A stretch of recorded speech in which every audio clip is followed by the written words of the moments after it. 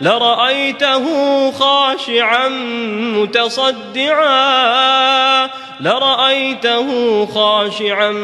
متصدعا من خشية الله وتلك الأمثال نضربها للناس لعلهم يتفكرون. Assalamualaikum good people, welcome back to Ashraf channel. Guys, hari ni hari Senin. Oh, ini episod yang dah lama Acap tak buat. Asyik asrama rumah kan.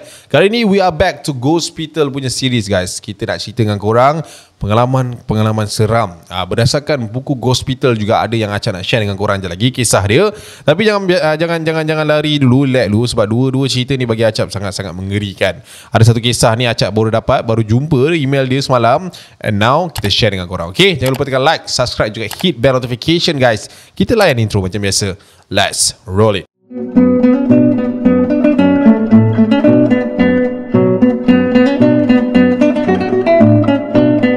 So guys, sebelum aku nak bermula cerita, sabar. Sekejap. Bagilah aku cerita dulu dengan diorang. Ada orang tu peranjat. Nampak tadi dia tak sabar. Aku dapat satu hadiah dari satu produk ni. Hari tu adalah aku post TikTok. Siapa-siapa yang follow TikTok saya tu mungkin tahu apa ceritanya tu. Oh, tak tengok lagi? Tengoklah dulu TikTok tu. Sekali level ke, leveler ke, level love ke. Ada salah lagi dengan level love tu beza. Sebab kan lepas saya tahu bayar macam tulis kan tulis. Cik, dapat tadi sebelum syuting dapat satu kotak daripada Live Love. Aku salah beli barang item 2 je, dia hantar sampai satu kotak. Nampak tau. Jom kita unboxing sikit. Ush, macam bercinta. Ada kad. Amboi, terima kasih. Tersalah beli produk kami. Ini hadiah daripada kami. Level Love ya, bukan leveler. Nanti pakai tau sunscreen dan serum tu. Jangan risau, lelaki pun boleh pakai Level Love. Ni kira apa ni? Review ke apa? Apa? Bukan. Bagi barang. Free marketing kan? So, okay. Dia macam makin banyak bagi aku produk-produk wanita. Ui, banyak free gift. Ni ada. Korang tengoklah apa benda yang dia bagi ni. Oh gosh. So, ini sunscreen. Ni sunscreen lah. Korang tengoklah sendiri, nampak tak? Sebab dia dah bagi hadiah, so kita tunjuklah ni. Ni sunscreen untuk Level Love. Okay, banyak khasiat dia. Dia kata lelaki boleh pakai. And this one is serum. Nampak tu? Serum. Orang nak tahu cerita hantu ni. Orang nak tahu cerita hantu. Unboxing pula. Ya Allah, Level Love ni pandai bagi hadiah. Lepas tu kita shout out. So ini dia punya serum. Kalau korang nak pergi usah barang dia, pergilah ke IG dan juga TikTok Level Love. Dah boleh start. Jom, cerita hantu. Orang dah bosan lah. Alright, untuk cerita yang kali ni kita nak cerita tentang seorang pesakit lah. Of course lah kan, di dalam hospital takkanlah seorang pekerja hospital pun jadi kan. Alright, so dia pesakit yang ditahan dalam ward sebabkan dia ni mengalami gastrik. Gastrik sampai tahan ward ni biasanya dahsyat lah kan. Alright, so nama perempuan ni adalah Fina. Seorang girls ni, dia ni ditahan ward selama 3 hari. 3 hari kan, betul kan? 3 hari. And then dia melalui lah satu pengalaman seram, dia kata kan. Okay, benda ni terjadi sebenarnya seawal pada malam pertama dia sampai ke hospital tu guys sebenarnya. Alright, menurut Fina, dia kata dia admit ward masa tu petang, dalam pukul asar macam tu lah, 4.30 macam tu. Sebab dia kata dia sakit dan dikejarkan ke hospital. Sebab dia pergi klinik kata dia memang dah kena pergi hospital dan so on. Dia dah tahan ward. Malam tu dia dipindahkan ke ward biasa lah. Sebelum tu dia kat ward menunggu. Alright, ward kecemasan kan. So bila dia dah masuk ward biasa, pada malam tersebut dia kata ward dia tu, okay, ini sebuah hospital lama tau yang ada dekat Perak. Dia hospital yang aku boleh kata hospital kerajaan juga. Tapi nak spoil, aku rasa hospital kerajaan kat Perak orang tahu yang mana kan. So dekat dalam tu dia satu ward yang tak adalah besar sangat, tapi boleh muatkan dalam 6 pesakit dekat dalam tu kan. So dia kata waktu dia dimasukkan ke dalam ward tersebut, ada 4 katil yang berisi lah, yang ada orang lah waktu tu, termasuk dia lah. Maknanya sebelum dia masuk tu ada 3, dia masuk dia yang keempat lah. Alright, so malam yang pertama tu dia kata dia letih gila. Dia letih, dia masuk air lah kan, masuk air biasa. And then dia kata dia tak bermain sangat. So dia tak ada nampak sangat apa yang berlaku sekeliling, dan dia tak kenal pun siapa yang ada dekat sebelah dia. Alright. Dia terlelap pada waktu tu. Menurut dia, aku terlelap Syab. Aku terlelap dalam sekitar pukul 8 ke 9 malam lepas aku dah masuk wad tu. Apa yang aku tersedar pada waktu tu Syab, aku rasa waktu tu dah tengah malam. Around pukul 1 macam tu, aku terjaga sebab aku dengar kat sebelah katil aku ni ada bunyi orang mengerang. Orang mengerang kesakitan macam macam tu. Aku macam tersentak, terjaga. And then aku tengok ke sebelah kiri aku tengok ada seorang makcik ni, dia tengah mengerang lah kesakitan. Dan aku nampak ada beberapa orang nurse masuk ke dalam bilik tersebut dan pergi ke arah makcik tersebut lah. So tapi waktu tu aku lemah lagi Cap. So aku hanya tengok benda tu dalam keadaan sama-sama. And then aku sambung tidur. Pagi besok tu aku bangun dalam orang pukul 9-10 pagi macam tu. Aku bangun Cap. Aku tengok katil aku belah kiri, belah kanan, tak ada orang, kosong. Aku pun jadi pelik sebab aku sure yang pagi tadi aku terjaga ada orang mengerang kat sebelah. So maknanya katil kat sebelah ni bertuan. Aku macam tak ada orang. So maknanya 3 depan ada orang, kat sebelah sini dia seorang je. Lepas tu macam okay, tak apalah, biarlah aku salah tengok kot. Dia kata macam tu lah. Waktu dia macam tengah termenung apa semua, tiba-tiba macam tu kan, dengar bunyi pintu dia ditolak dengan kuat. Masa tu abang yang tolak makanan masuk macam tu lah. Dia masuk and then dia tanyalah abang tu, kenapa ada abang dalam wad perempuan? Dia hantar makan tak apa Wah, aku pelik okay. Dia hantar makan lah. Dia hantar makan and then dia letak lah meja. And then sampai ke arah meja katil dia tu pun tegur abang tu. Bang, dia kata macam tu lah. Lepas tu abang tu tegur dia balik, macam mana, sihat dah? Okey abang, sakit sikit je. Okey tak apa. Dia kata rehat lah, makan. Dia kata macam tu. Lepas tu dia tanyalah abang ni, bang, semalam abang hantar makanan juga ke kat sini? Ya, kenapa? Makcik sebelah semalam ada tak bang? Oh, makcik tu ada semalam. Rasanya dah keluar kot kan? Dah discharge kot kan? Dah keluar kot. Check out hotel. Dah discharge kot. Dia kata dah tak ada dah kat sebelah tu. Okay, tak apalah. So dia pun belah apa semua. And then hari tu berjalan macam tu je lah. Maksud maknanya dia tak adalah apa-apa yang fishy apa semua kan. And then malam tu dia tidur balik. Ni dah malam kedua lah. So malam kedua tu dia kata lepas dia dah ambil ubat apa semua, dah jalani rawatan kat hospital tu, dia tidur balik guys. Dan waktu dia tidur tu, dia terlena tu, dia terdengar bunyi ada satu, macam mana, bukan satu lah, dia macam ada segerombolan orang masuk kat dalam tu. And then dia terjaga. Dia tengok waktu tu jam kat dinding tu pukul 9 malam. And dia nampak ada sekumpulan orang lah. Dia macam keluarga datang ke arah katil yang belah hujung sekali, dia kata waktu tu. So aku macam pelik lah kan, ini bukan waktu melawat tapi ramainya orang masuk, ramainya orang boleh masuk kat sini. Tapi yang aku pelik tu, diorang ni pergi berkumpul dekat satu katil yang hujung tu. Kan ada 6 kan, aku cakap 1, 2, 3, 4, 5, 6. Dia pergi katil nombor 6 tu. Dia pergi ramai-ramai kat situ, tak tahu buat apa kan. Tapi aku malas nak layan, aku pun tidur. Aku pun selubung badan aku. And then aku tidur cap. Aku tidur malam tu senyap, gelap gelita, tak ada bunyi. Malam makin datang, malam makin gelap. Aku tidur. Tak ada bunyi cap waktu tu. Aku dah tak sedar apa. And aku tak pedulilah apa yang dia buat kat sana. And waktu aku tengah tidur tu cap, tiba-tiba aku dengar bunyi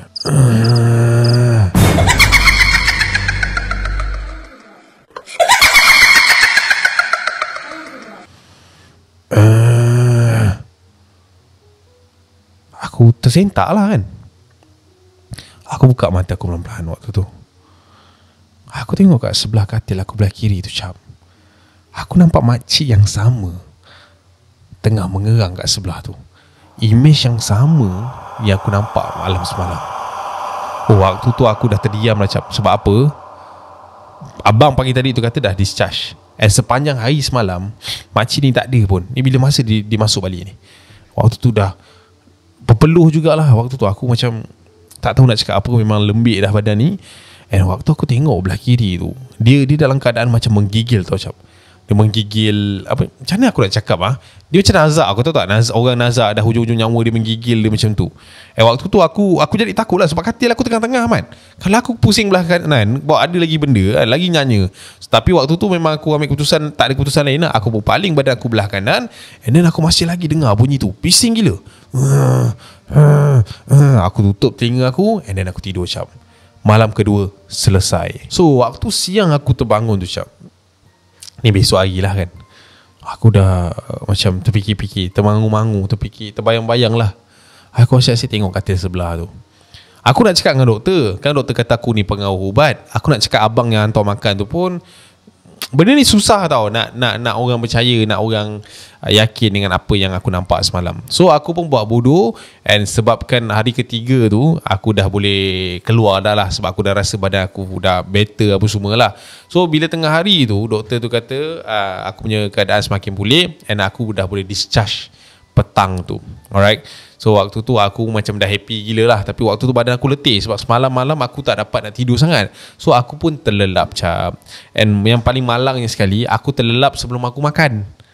Doktor kata jangan skip makan. Aku bangun daripada aku tidur tu dalam pukul 5 lebih macam tu, aku muntah cap. Aku muntah sebabkan perut aku kosong, dah berangin, dan orang kata apa, malang tak berbaunya. Aku kena admit 1 hari lagi untuk pantau aku punya dalaman ni lah, sebab belum strong lagi kan. Itu cari pasal lah. Aku dah macam Allahu Akbar, aku dah nak keluar ni. 2 malam aku dah lalu benda yang bukan-bukan. Malam ikutkan hari ni dah tak payah, tahu tu kena extend pula 1 hari. Macam mana tuan-tuan? Apa yang saya nak buat malam ni? Dia kata waktu tu. So nak tak nak cap, aku terpaksa redha. Tangan aku dicocok semula dengan air tu, and then aku pun tidur. Aku tidur. Memang cerita dia ni banyak tidur je. Aku tidur balik, benda yang sama cap. Aku tersedar pukul 10 lebih. Aku nampak ada sekumpulan orang masuk ke dalam wad tu, pergi katil hujung. Waktu tu aku dah seram lah, sebab benda yang macam sama apa yang aku lalu semalam, and berlaku lagi hari ni. Tapi waktu tu aku dah standby lah. Aku angkat segala bantal, segala apa yang ada. Aku tutup muka, tutup telinga semua. Aku tak nak tahu apa yang jadi malam tu. Pukul 3 pagi cap,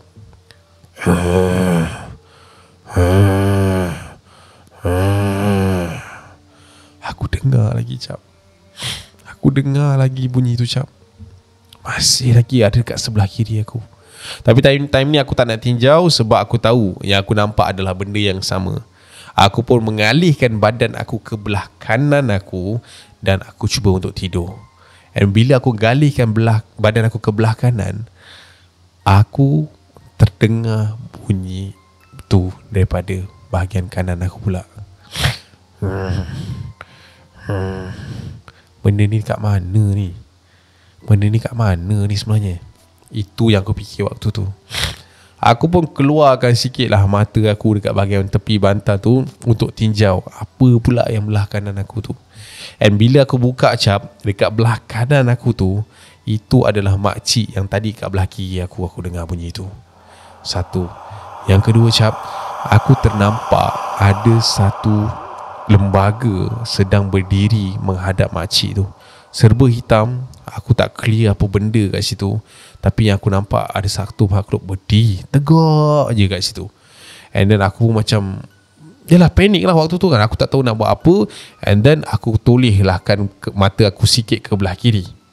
And bila aku toleh sikit mata aku ke belah kiri, aku nampak cap, dekat sebelah katil aku pun ada satu makhluk hitam tengah berdiri sebelah aku.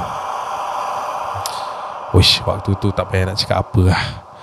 Memang kalau boleh aku tak nak nampak apa-apa yang ada dekat malam tu.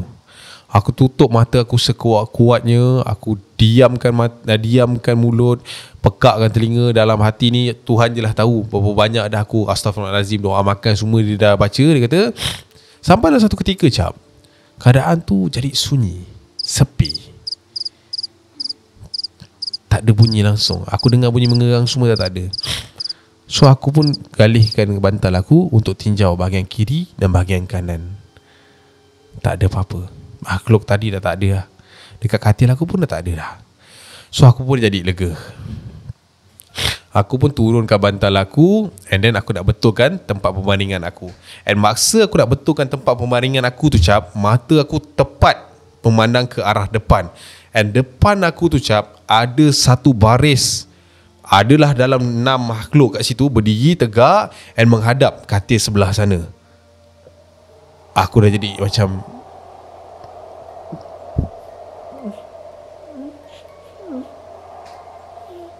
tu. Air mata jatuh ni. Memang panik gila waktu tu. And yang paling menyeramkan cap, bila suara esakan aku tu didengari, macam tu, salah satu daripada makhluk tu berpaling. Aku dengan dia eye contact lah. Aku clear lagi. Dia macam satu bayang-bayang tinggi, badan dia macam satu je, tapi dia ada mata. Dia pandang ke arah aku. And bila satu tu dah pandang, aku nampak yang lain tu baru start nak pusing pandang. Oh, waktu tu cap, aku lompat daripada katil aku tu. Aku keluar daripada wad tu, and aku menjerit sekuat-kuat tidak lah. Kalau kau nak baca, benda ni pernah jadi tahun 2016. Ada pesakit histeria dekat hospital tu. Akulah tu, dia kata macam tu.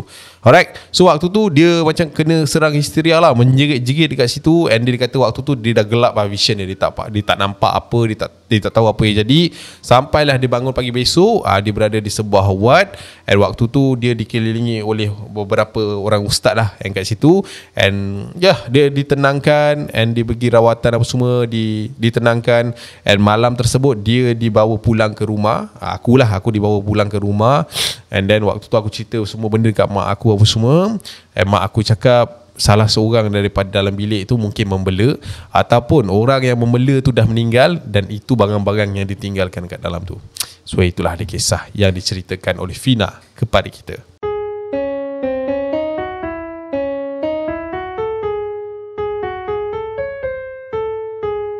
Okay guys, itulah dia cerita yang pertama yang dikongsikan oleh Fina. Dahsyat.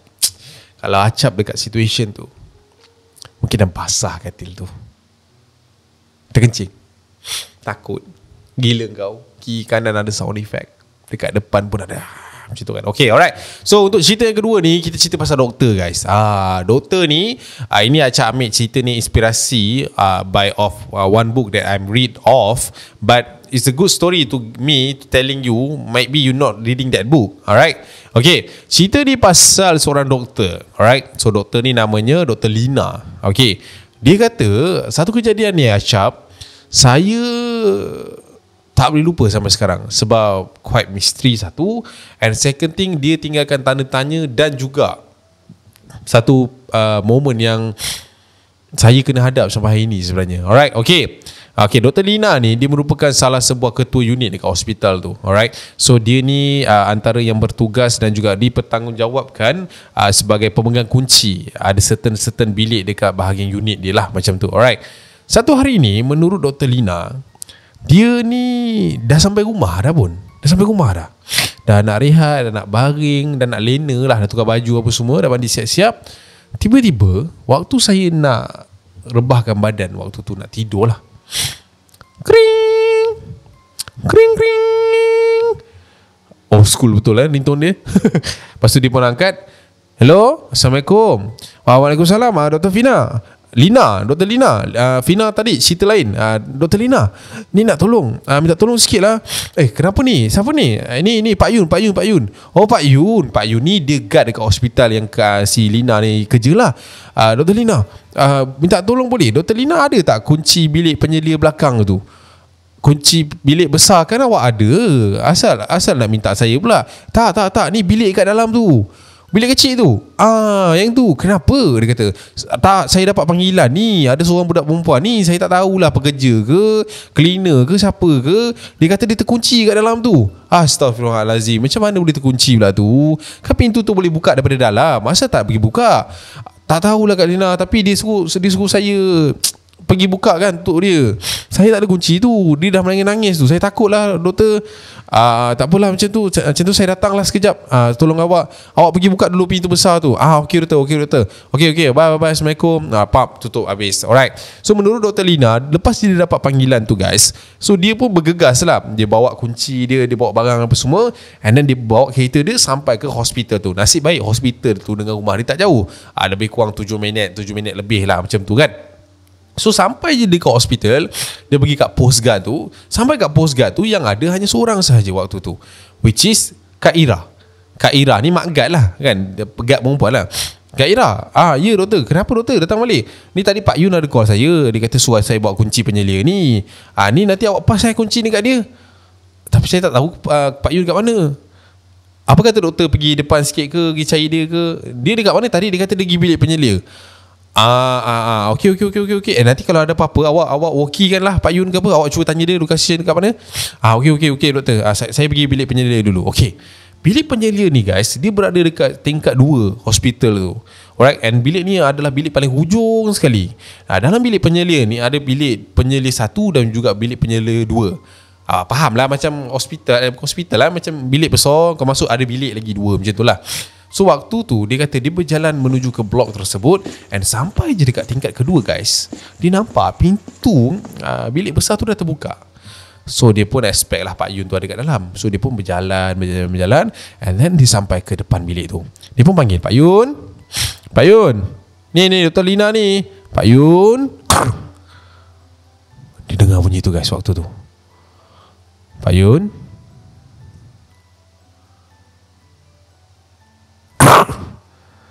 Pak Yun. Dia pun masuk ke dalam bilik tu untuk jengah bunyi apa tadi tu. Dia masuk ke dalam lagi lah, sampai dalam, dan sampai dia bertemu dengan 2 bilik yang dikatakan kat dalam tu ada budak perempuan tu. So dia pun bagi salam, Assalamualaikum.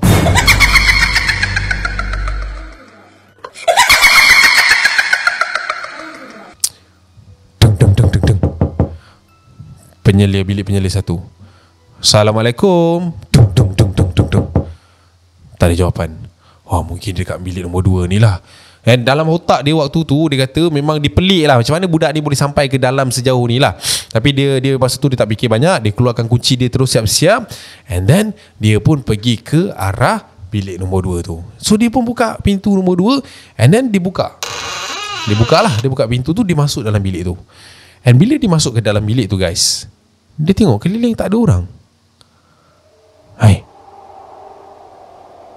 And barang tu pun tak ada apa yang usik.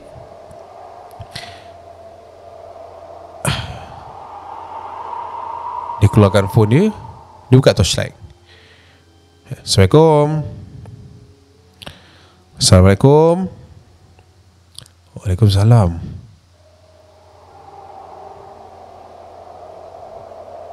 Dia terdengar ada suara yang jawab salam dia guys, dalam bilik gelap tu.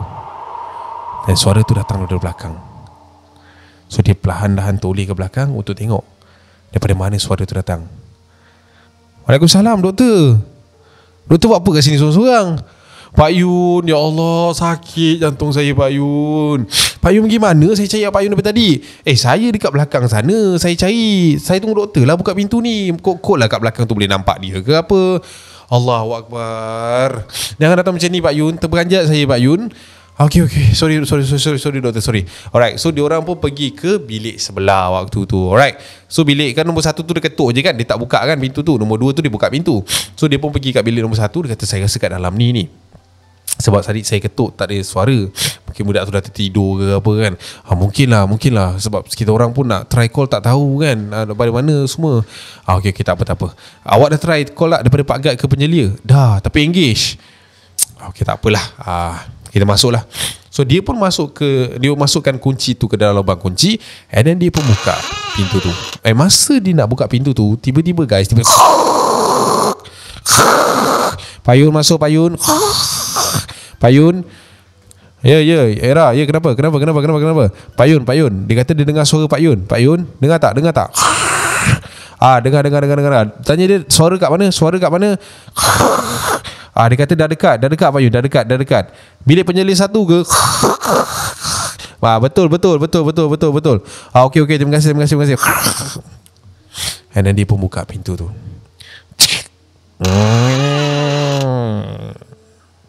Dia buka pintu tu guys. Diorang berdua masuk ke dalam tu. And first thing yang diorang nampak, ganggang telefon yang ada dekat dalam bilik tu dah ada bawah lantai. Doktor, macam mana phone ni kat bawah lantai, doktor? Tak tahu. Siapa yang telefon Era kat bawah? Tak tahu. Tak ada orang kan dalam, doktor? Tak tahu. So doktor tu pun angkat telefon dia. Dia tengok kiri, tengok kanan, and sah dalam bilik tu tak ada orang. And diorang berdua pun ambil keputusan keluar daripada kawasan tu and terus berlari lah, mencecit lah kan. Dia mencecit sampai ke bawah. And then dia pergi kat Kak Era tu. Dia kata, Kak Era, tadi betul ke budak tu call daripada bilik penyelih 1? Tadi baru dia telefon tu. Dia kata dia dengar suara korang. Korang buka tadi, dia ada tak? Mana ada, tak ada orang pun kat situ. Macam mana boleh tak ada orang pula? Dia bercakap dengan saya tadi. Tapi memang tak ada orang. Doktor, tak ada orang, doktor. Tak ada orang. So waktu tu dia orang panik lah kan. Dia orang tak tahu nak buat apa. Sebab memang tak ada orang kan. Tak ada orang yang dia orang masuk dalam bilik tu. Memang tak ada orang apa semua. And then dia kata dengan Kak Era tu, okey tak apa, Pak Yun duduk sini, biar Kak Era dengan doktor pergi sana. Doktor tu tak nak. Apa pasal saya pula? Kalau awak nak pergi, awak pergi sendiri. Dia kata, tapi saya tak boleh pergi seorang-seorang. Tak apa, saya stay sini, awak dengan Pak Yun pergi. Boleh lah macam tu. So Pak doktor tu kata dia stay dekat situ. What if lah kan, tiba-tiba ada orang telefon, and dia tinggalkan jugalah satu walkie dekat doktor tu. And yelah, dia ajar lah doktor tu macam mana nak pakai walkie and sebagainya. And diorang berdua tu pun bergerak. Menurut cerita Pak Yun, bila diorang sampai je dekat area kawasan bilik penyelih tu tadi, dia buka pintu tu sekali lagi. And bila dia buka pintu, dia tengok ganggang telefon tu tadi dah ada dekat tempat yang asal. Nampak? Tak ada orang. Saya dah cakap dah Kak Era, tak ada orang. Tapi telefon ni tadi kat bawah Kak Era. Macam mana dia kat sini? Akak tak sedar hati lah Yun. Jomlah kita balik. So diorang berdua tu pun berjalan keluar daripada kawasan tu. And waktu tu diorang kata diorang semua pergi semula dekat pondok guard tu. And bila diorang duduk, settle down, diorang bercerita apa semua each other, tiba-tiba guys, telefon dia berdering tau. Telefon kat post guard tu berdering. Kring. Dia pun angkat telefon tu. Pak Yun tu lah angkat telefon tu. Hello? Siapa? Terima kasih bukakan pintu.